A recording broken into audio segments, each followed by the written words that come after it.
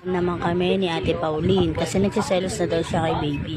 Lagi na nandun si baby ang aking binubuhat at pinakarga at nilalag.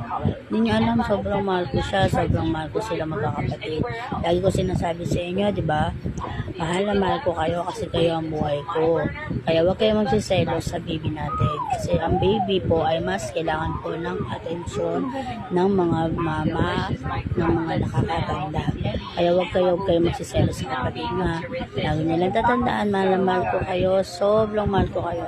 Lagi ko sinasabi, kayo ang buhay ko, kayo ang buhay namin ni Papa. Kaya wag na wag kayo magsiselos kay baby ha. Mahalin niyo ang baby natin. Mahalin natin siya para maramdaman niya kung gaano natin siya kamahal.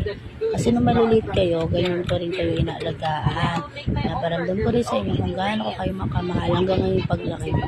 Kaya wag na wag kayo magsiselos kay baby ha. Mag-aral lang mabuti para matupad ang pangarap dahil ayan lang ang may papamana namin sa inyo ni Papa.